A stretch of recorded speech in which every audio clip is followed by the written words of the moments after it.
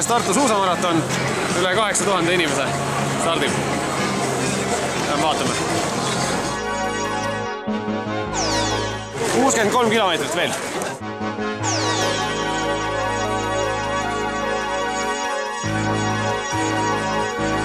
Tõisa vaimus lubame, ausa meelsed meistele.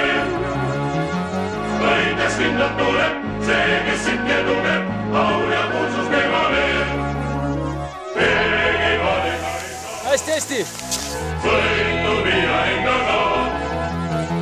Võides kindlalt tuleb see, kes sitke tunneb. Siin on ilus elada.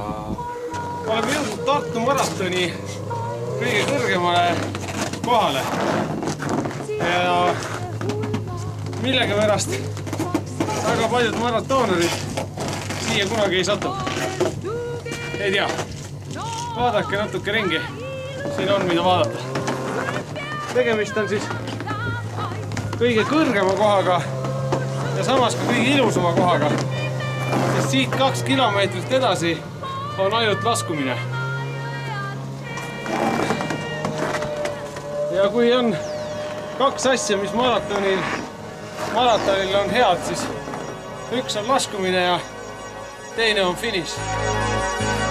Kõissa kodune Ateen, maailmki meelitab sireen.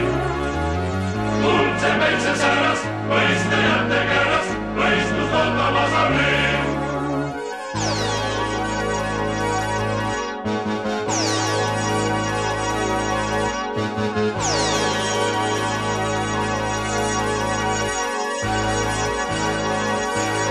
Tõis ja vaimus lubame, ausa meelset meistele. Võites kindlalt tuleb see, kes sitke tunneb, au ja kuulsus temale. Au ja alles ausale, kuulsus kuulub kõikjale. Võites kindlalt tuleb see, kes sitke tunneb, au ja kuulsus temale.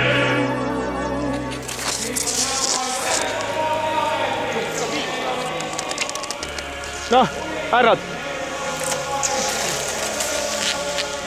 Läheb vähem, ühekka pool kinti veel. Ja läks aega, mis läks, aga korvpall saabub. Elagu Eesti korvpall, tänava korvpall. Ja tänava korvpall ja korvpall samuti. Korvpall siis tähistas mullu 90. Juubelit, kui ma õigesti mäletan, et see juubeli saabub.